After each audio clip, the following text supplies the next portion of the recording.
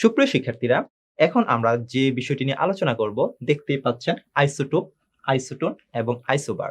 এটি নিয়ে আপনাদের মধ্যে একটা সংঘর্ষ লেগে থাকে। আইসোটোপ চিনতে পারেন না, আইসোবার চিনতে পারেন না, আইসোটোন চিনতে পারেন না, কখন কি সমান হবে, কখন সমান হবে না, এই সম্পর্কিত বিভিন্ন কনফিউশন লেগে থাকে। তো এই জন্য আপনাদের জন্য আমি আজকে খুব সহজে কিভাবে আপনারা মনে রাখতে পারেন এই সম্পর্কিত আলোচনা করব ইনশাল্লাহ। চলুন আমরা শুরু করি। যে আইসোটোপ দিয়ে শুরু করা হলো। খেয়াল করুন যে আইসোটোপ কি আগে আমরা একটু দেখে নেই।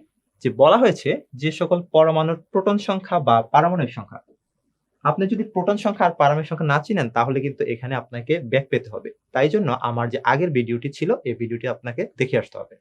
প্রোটন সংখ্যা বা পারমাণবিক সংখ্যা একই, কিন্তু কি সংখ্যা, ভর সংখ্যা ভিন্ন থাকবে, তাকে পরস্পরের আইসোটোপ বলে। খেয়াল করুন তো আইসোটোপ এখানে যে লেখা হয়েছে প, লাস্টে যে প আছে, প মানে হচ্ছে প্রোটন সংখ্যা। তাহলে যে বর্ণটা সবার শেষে আছে তাকে আপনি ধরে নেন যে প্রোটন সংখ্যা। প্রোটন সংখ্যা সমান হবে কিন্তু ভর সংখ্যা কি হবে, ভিন্ন হবে, তাদেরকে পরস্পরের আইসোটোপ বলে। অথবা আপনি লিখতে পারেন যে অ্যাটমিক সংখ্যা, এক কথায় যদি বলতে চান অ্যাটমিক সংখ্যা একই হওয়া সত্ত্বেও নিউক্লিয়াসের নিউট্রন সংখ্যা বেশি হওয়ার কারণে ভর সংখ্যা বেড়ে যায়, তখন তাদেরকে কি বলে, আইসোটোপ।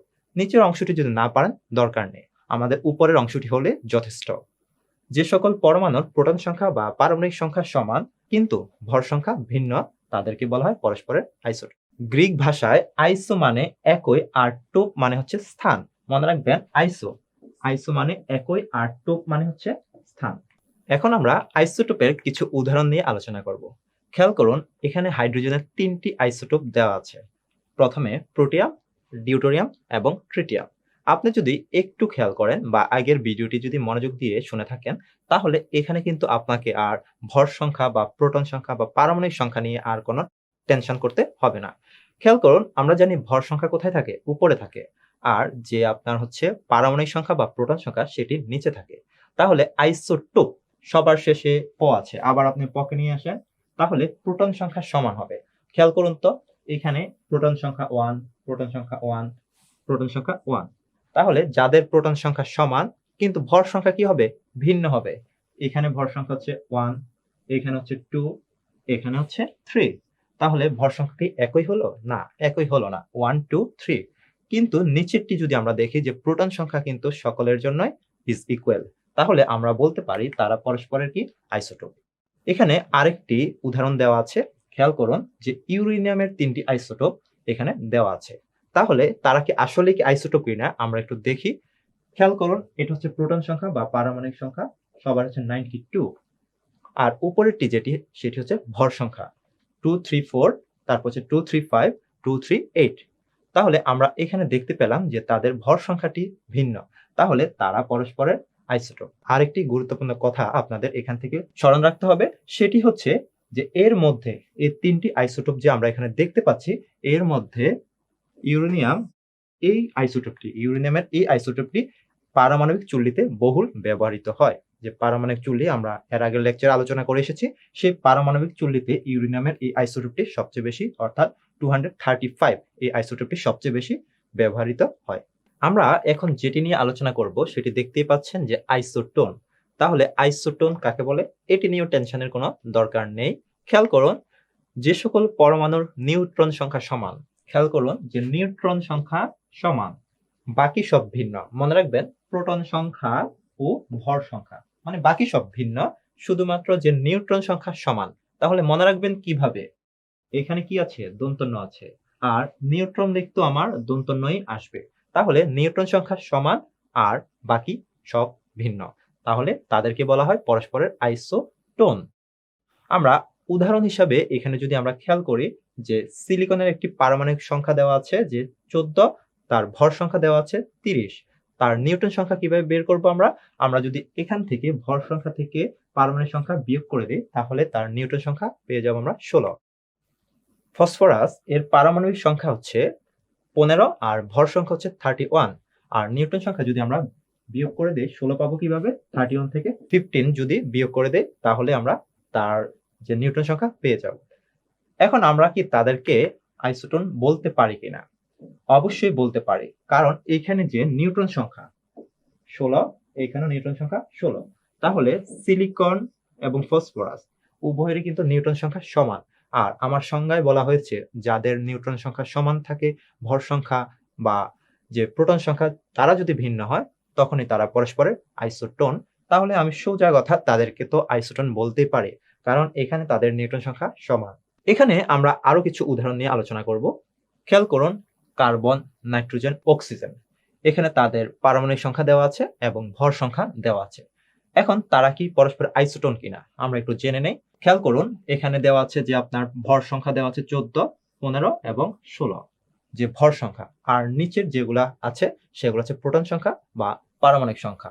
তাহলে আমরা এখানে যদি নিউট্রন সংখ্যা বের করি, যদি আপনি 16 থেকে 8 বিয়োগ করেন 8 পাবেন, 15 থেকে 7 বিয়োগ করলেও 8 পাবেন, 14 থেকে 6 বিয়োগ করলেও 8 পাবেন। অর্থাৎ সকলের ক্ষেত্রে নিউট্রন সংখ্যা পাবে এই সংখ্যাটি 8। কিন্তু তাদের ভর সংখ্যা খেয়াল করুন তো, 14, 15 এবং 16, তাদের ভর সংখ্যা 14, 15, 16 ভিন্ন, এবং প্রোটন সংখ্যা 6, 7, 8। প্রোটন সংখ্যা কি একই হলো? না, একই হলো না, প্রোটন সংখ্যা ভিন্ন। এই প্রোটন সংখ্যা ভিন্ন এবং উপরে দেখতে পাচ্ছি ভর সংখ্যা ভিন্ন, কিন্তু বিয়োগ করার ফলে আমরা যেটি পেলাম নিউট্রন সংখ্যা 8, সকলের ক্ষেত্রে 8। তাহলে যদি নিউট্রন সংখ্যা সমান হয় তখন আমরা সেটিকে বলি আইসোটোন। তাহলে তারা পরস্পরের আইসোটোন। এবার আমরা কি তাদেরকে পরস্পর আইসোটোন বলতে পারি কি? খেয়াল করুন, আপনি যদি 40 থেকে 20 বিয়োগ করেন তাহলে তার নিউট্রন সংখ্যা পাবেন 20।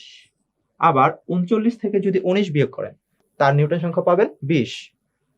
এখন এখানে ভর সংখ্যা হচ্ছে 40, এখানে ভর সংখ্যা হচ্ছে 39, এখানে হচ্ছে পারমাণবিক সংখ্যা বা প্রোটন সংখ্যা হচ্ছে 20, এখানে হচ্ছে 19।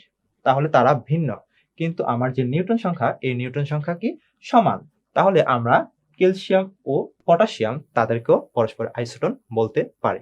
সুপ্রিয় শিক্ষার্থীরা, এখন আমরা সর্বশেষ যেটি নিয়ে আলোচনা করব সেটি হচ্ছে আইসোবার। এটির মধ্য দিয়ে আমাদের আইসোটোপ, আইসোটোন এবং আইসোবার আলোচনা সমাপ্ত হবে। খেয়াল করুন, আইসোবার কাকে বলে? যে সকল পরমাণুর ভর সংখ্যা সমান কিন্তু প্রোটন সংখ্যা ভিন্ন তাদেরকে পরস্পর আইসোবার বলে। এখন এখানে আপনি মনে রাখতে পারেন যে এখানে ব আছে, কিন্তু এখানে ভ দিয়ে ভর সংখ্যা শুরু হয়, তারপরও আপনি মনে রাখতে পারেন ব, তাই তো? ব, ব আর ভ সমস্যা হবে না।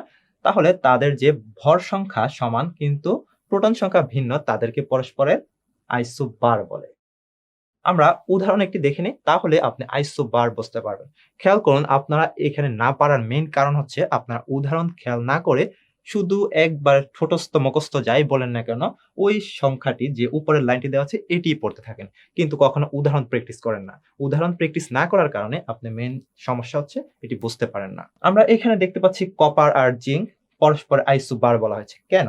কারণ এখানে যদি আমরা ভর সংখ্যা দেখি, উভয়েরই ভর সংখ্যা 64। তাহলে আমার সংজ্ঞায় বলা হয়েছে যে যাদের ভর সংখ্যা সমান, আমরা কি দেখতে পাচ্ছি তাদের ভর সংখ্যা সমান?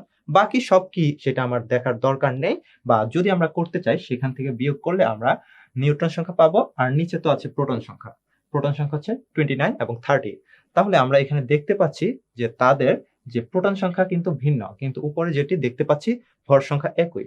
তাহলে আমরা তো সোজা কথা তাকে আইসোবার বলতেই পারি, তাই না? আরো একটি উদাহরণ দেওয়া হয়েছে যেখানে ফেরাস আর নাইট্রোজেনের দেওয়া হয়েছে, তারা কি পরস্পরের আইসোবার কিনা খেয়াল করি।